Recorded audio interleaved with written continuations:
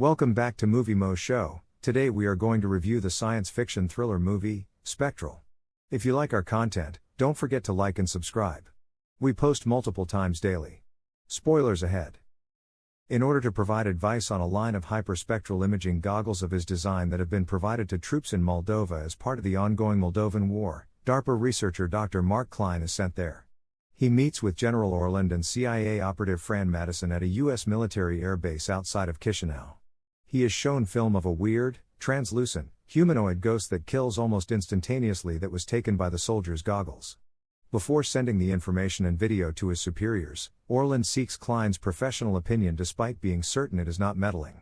In contrast, Madison thinks the people she has seen are insurgents using a sophisticated active camouflage technique, and she has been given orders by her superiors to collect a sample.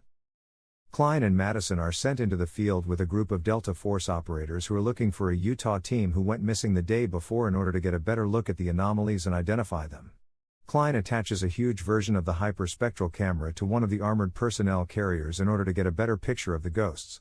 When they arrive at the scene and learn that the whole Utah team has been slain, they are ambushed by the apparitions who, because they are immune to explosives and small arms fire, cause significant fatalities before the soldiers flee. The group seeks refuge in an abandoned factory after discovering two kids who have barricaded themselves inside after their cars are rendered useless by explosives. A barrier made of iron shavings prevents the apparitions from pursuing them. Before he was assassinated, the children's father reportedly spread the shavings to shield his offspring. After making touch with the air base, the survivors arrange a meeting place. The group can see the apparitions without using goggles after Klein transforms the hyperspectral camera into a sizable searchlight. He later provides the troops with IEDs that have been laced with iron shavings.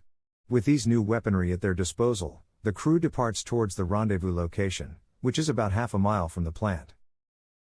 The group is pursued by apparitions after leaving the factory. The apparitions are slowed but not killed by the iron bombs. At a sizable deserted plaza, the gang is greeted by reinforcements and an emergency helicopter evacuation. The apparitions attack them, though, and they barely manage to flee as the figures go on to destroy the tanks and murder the backup soldiers. They are redirected to a civilian bunker that is under the authority of the Allied Moldovan military after they learn through Orland that the apparitions have taken over the air base while they are in the air. According to Klein's theory, the apparitions are probably man-made and are made of Bose-Einstein condensate, which accounts for their capacity to penetrate walls, kill victims by freezing them to death, and be stopped by ceramic and iron shavings, thus their failure to enter tanks. He creates many improvised pulse weapons that can destroy the condensate while working through the night with Orland and the military engineers who are still alive. The following morning, the last few American soldiers are given their weapons and dispatched to a city center power plant since, in Klein's opinion, there is no other facility that can produce the condensate. Klein and Madison find a recently abandoned laboratory within the plant as the soldiers launch an assault from the roof. They arrive at the conclusion that scientists conducting weapons research for the prior regime were molecularly scanning people and utilizing cutting-edge 3D printing to recreate them as condensate. The brains and central nervous systems of the human test subjects were then removed and connected to a main machine that maintains the condensate copies, or apparitions, alive. Klein triggers a failsafe device, which deactivates the condensate apparitions before the apparitions defeat the soldiers in their conflict. He removes the human remains from the machine, believing that whatever degree of consciousness is still present is in misery, giving them peace at last. A Department of Defense extraction team is to be sent back to the plant with the Delta Force operators to disassemble the machinery and potentially use it for their own purposes.